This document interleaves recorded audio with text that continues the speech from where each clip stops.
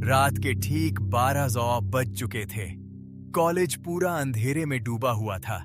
पुरानी लाइब्रेरी के दरवाजे के सामने 4 परछाइयां खड़ी थीं। दरवाजा खोलते ही सड़ी हुई किताबों, संगीत की गंध और नमी भरी हवा बाहर आई। यह जगह बहुत समय से बंद है, पर ऐसा लगता है कोई यहाँ आता है। ईएमएफ मीटर अचानक संगीत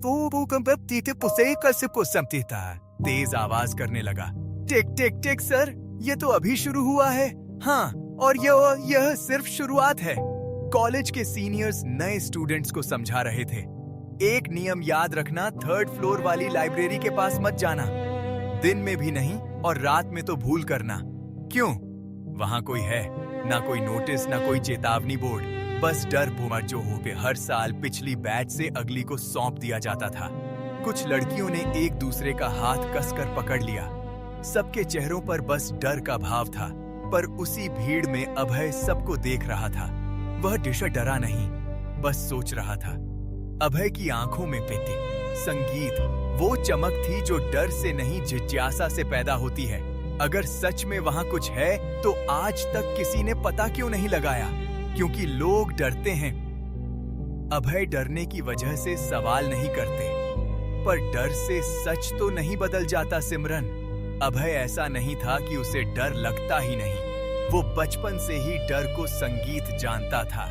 उसके दादा पंडित हरिश्चंद्र वर्मा गांव के तांत्रिक थे।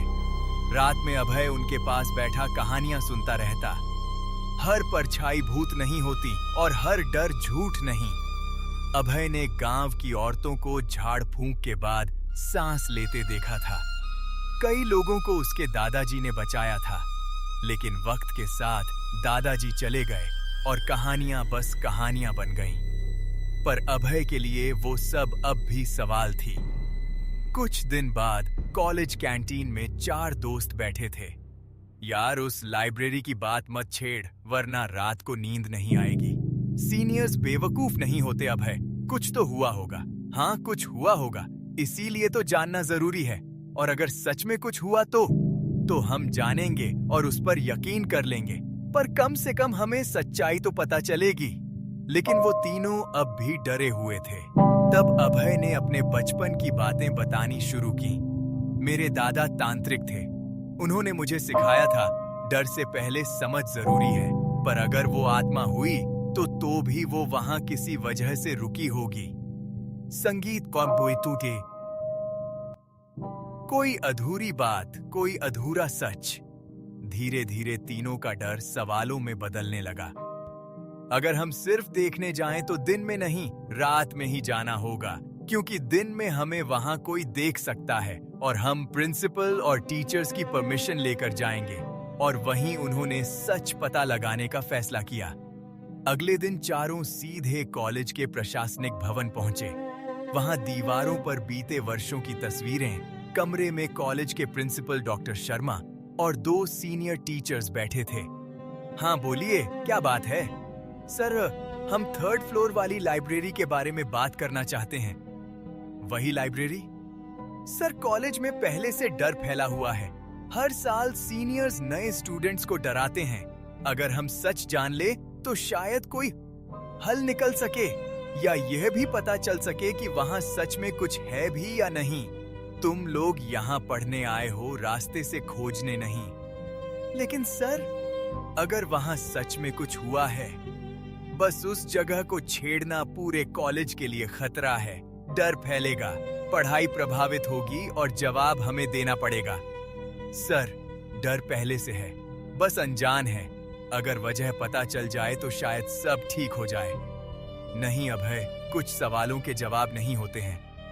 प्रिंसिपल कुछ पल चुप रहे, फिर धीरे से बोले, तुम्हें एक बात बताता हूं, जिसके बाद तुम यह ख्याल शायद खुद छोड़ दोगे।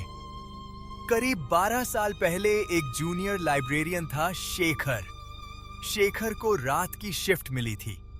एक सुबह वो लाइब्रेरी के अंदर बेहोश मिला।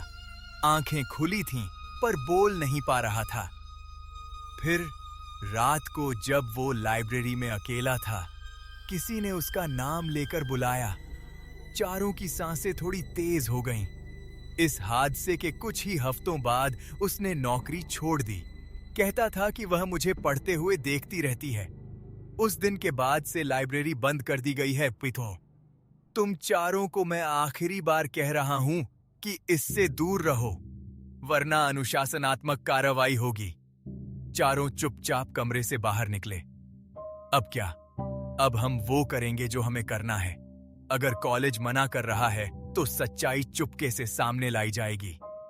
कॉलेज की मनाही के कुछ ही दिनों बाद एक रात जब पूरा कैंपस सो चुका था, एक काली कार कॉलेज के पिछले गेट पर रुकी।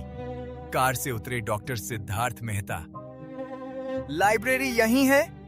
हाँ सर, जिस जगह से सब डरते हैं तो फिर डर को काम पर लगाते हैं। आता है। 12 बज चुके थे। पूरा कॉलेज अंधेरा में डूबा हुआ था। सिर्फ पुरानी लाइब्रेरी के दरवाजे पर 4 परछाइयाँ खड़ी थी। दरवाज़ा खोलते ही सारी किताबों से एक ऐसी गंध आ रही थी। तभी EMF मीटर अचानक से आवाज़ करने लगा, टिक टिक टिक। सीनियर कहते थे वहाँ कोई है।